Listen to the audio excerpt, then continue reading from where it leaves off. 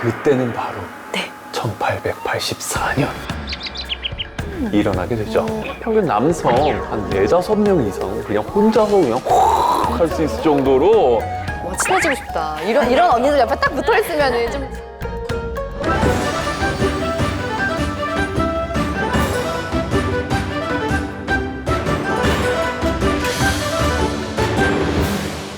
조선시대 궁녀들의 이야기 구중궁궐 여관 함께하고 있습니다. 안녕하세요, 이지혜입니다. 안녕하세요, 이은세입니다. 안녕하세요, 김준우입니다. 네, 반갑습니다. 자, 우리가 지금까지 조선 왕조 500년에서의 궁녀의 역할, 뭐 궁녀의 생활, 글씨 뭐 이런 거 배웠었는데요. 오늘은요, 그 중에서도 한 인물에 대해서 좀 따라가 보려고 합니다. 굉장히 중요한 인물이겠죠? 어떤 사람인가요? 맞습니다. 들어는 보셨는지 모르겠어요. 고대수라고 하는 궁녀입니다. 누구나 한 번 다시 돌아다 본다고. 돌아다 본 고자 고씨, 큰대자 계집수자. 그래서 고대수라는 이름을 중전마마께서 내리셨다는 소문은 장안에서 모르는 사람이 없다. 네, 이 이름이 어디서 따왔냐면 중국의 굉장히 유명한 소설, 네. 뭐 삼국지, 뭐 수호지, 뭐 이런 이제 소설들 있잖아요. 그 중에 이제 수호전에 나오는 그 여러 호걸 중에 여장부가 있습니다. 네, 그 여장부의 이름을 따서 고대수라고 부르는데요. 딱 그러니까 어떠한 이미지인지 떠오르시나요? 네, 뭔가 뭔가 약간 힘이 세고 기골이 장대하고. 네, 네. 좀 체격도 남다르시고 호걸 그쵸. 같은 느낌의 네, 그런 이 느낌. 기록에 의하면 네. 엄청나게 이렇게 체격도 좋고 힘도 세서 그냥 평균 남성 한 4~5명 이상 그냥 혼자서 그냥 확 할 수 있을 진짜요? 정도로 힘이 셌다라는 거죠. 친해지고 싶다. 이런 언니들 옆에 딱 붙어 있으면 좀 삶이 편해지잖아요. 그렇기 때문에 궁궐에 들어갔던 걸까요? 자, 궁녀 고대수 어느 시대의 사람인가요? 네, 이 시대는 조선인데 조선 끝무렵.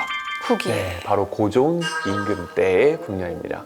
그 고대수가 있었던 곳은 어디냐면, 그러니까 직책은 무술입니다. 아, 여기서 복습. 자, 무술이는 어떤 역할이죠? 굉장히 낮은 네, 계급의 그쵸. 잔심부름. 맞아요. 그죠. 궁녀들의 심부름하는 사람들, 그러면서 주로 이제 물을 길러오는 천민이 바로 이제 무술인데 그쪽으로 이제 들어가게 됩니다. 네, 근데 보통 궁녀들이라고 한다면 최종 목표가 뭐겠습니까? 왕의 여인이 되는 아니면 정오품까지만이라도 나름 현실적인. 요 자리를 지금 넘보고 있는 거군요.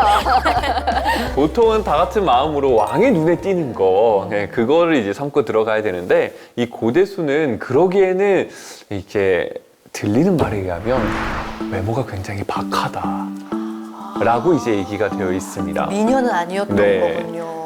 그러다 보니까 그러면 뭐지? 왜 뽑았을까? 라고 했으면 이제 얘기하는 게 액바지로 뽑았다라고 액 합니다. 빠지면은 그 액 뭐 안 좋은 기운들을 그쵸. 막는다. 안 좋은 기운 네가 다 이제 받아가라. 약간 요런 느낌으로 뽑았기 때문에 목적이 다른 거죠. 굉장히 슬픈 운명인데요. 네, 너무 슬퍼요. 그러면 처음에 들어갈 때는 그렇게 액마기로 네. 들어갔던 거고. 들어가고 워낙 힘이 세니까 든든하잖아요. 그러니까 이제 명성황후께서 이제 측근에 두시면서 약간 경호의 일까지도. 그러다 보니까 이제 왕비, 그 당시에는 이제 명성황후이긴 하지만 대한제국이 되기 전이기 때문에 이제 왕비 옆에서 이제 호위까지 가는 좀 측근으로 이제 올라가게 되는 모습을 보이게 되는 거죠. 그러니까 어떻게 보면 굉장히 초고속 승진을 한 거네요. 네네네. 무수리로 들어갔었는데 왕후 옆에 바로 네. 있었던 거면은. 그런데 이 인물을 우리가 좀 중요하게 보는 이유가 있을 것 같아요. 맞아요. 이 고대수가 무술이잖아요. 네. 무술이 같은 경우에는 왔다 갔다 할 수가 있어요. 명성황후의 측근 쪽에서 근무도 했었으니 중요한 정보들을 많이 알고 있었겠죠. 정보통이네요. 네. 오, 누구를 만났는지가 굉장히 중요할 것 같은데요. 그때는 바로 네. 1884년. 1804년. 잠깐만. 네. 역사책에서 보통 84년 그때 무슨 일 있었죠? 1884년이라 갑신년인 1884년에 이 급진계합파 기복균을 중심으로 한 세력들이 정변을 일으킨 그 갑신정변이 일어나게 되죠. 근데 거기에 결정적 역할을 한 사람이 바로 고대수인 겁니다. 나 지금 막 소름 돋았어요. 어머, 그러니까 정말 이 나라를 바꾸려고 이렇게 왔다 갔다 하면서 정보를 전했던. 근데 이때 개화 중에 그 신분제 철폐 이런 거 있었잖아요. 있죠. 아무래도 이들은 평등한 사상, 평등한 세상 이런 걸 좀 꿈꿨습니다. 이 급진개화파들이 어디서 공부를 했냐면 박규수라고 하는 양반의 그 사랑방에서 공부를 했거든요. 근데 그들을 실질적으로 가르친 사람이 중인들이에요. 양반이 아니에요. 예.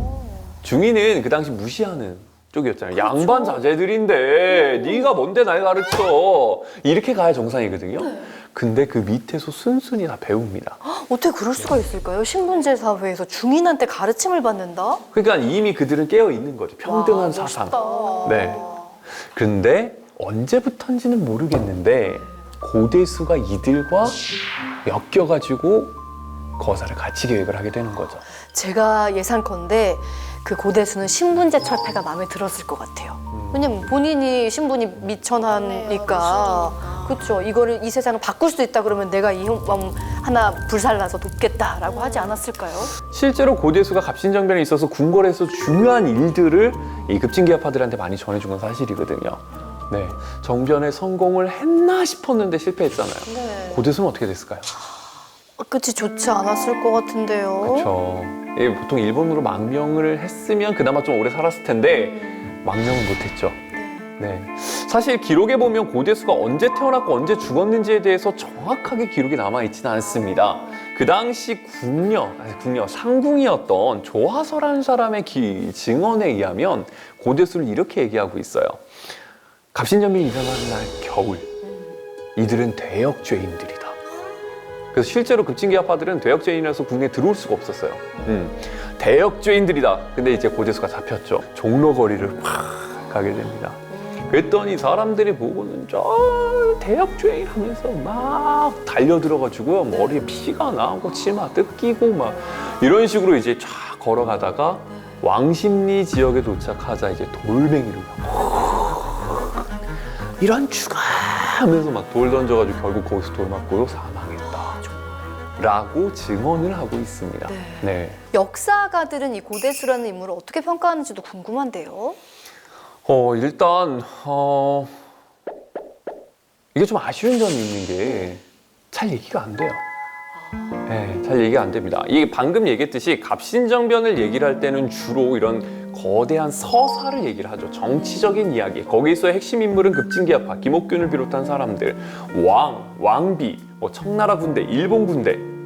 근데 그곳에서 분명히 역할을 했던 그 고대수에 대해서 아직까지 얘기가 되지 않고 교과서에서 나오지 않고 그러니까 그게 좀 아쉬운 실정인 거죠. 근데 같은 여성으로서는 정말 대단한 여인이었다고 생각이 들죠. 저라면 그렇게 하지 못했을 것 같은데. 근데 이게 항상 선택의 순간에서는 나도 한 번쯤은 고민해보게 되는 것 같아요. 예를 들어서 이제 궁녀예요. 네. 네, 궁녀인데 만약에 이런 기회가 나한테 왔어. 그럼 나는 몰라. 그냥 궁녀로 살래. 돈도 많이 받고 그냥 하던 일 계속 하는 게 나아. 아니야. 이건 불합리한 세상이잖아. 저들의 말이 맞는 것 같아. 나는 내 신념에 따라서 저들에게 협조를 할 거야. 내가 죽는 한이 있더라도. 항상 그런 선택의 기로 속에서 나는 무엇을 선택하게 될 것인가를 역사를 통해서 한 번쯤은 생각해보게 만드는 것 같습니다. 그리고 조선이라는 아주 특수한 그 유교 사회에서 그 여성 중에서도 궁녀, 그렇지만 세상을 바꾸고자 했던 그런 마음의 신념을 가지고 주체적으로 뭔가 일을 했던 사람이라는 점에서는 고대수라는 인물을 우리가 재평가할 필요는 있을 거라는 생각을 하게 됩니다. 자, 이 한 명의 여인을 통해서 궁녀의 일생을 한번 찾아봤는데 재밌네요. 아픈 얘기긴 했지만요. 자, 갈수록 궁금증이 더해갑니다. 구중궁궐 여관 다음 시간에 인사드릴게요. 고맙습니다. 감사합니다. SM, YG, JYP 등등 한류를 이끄는 스타들을 양성하는 소속사가 조선시대에도 있었다. 그 이름은 바로 장학원. 조선의 풍류를 더욱 빛나게 하던 궁녀들의 이야기 구중궁궐 여관.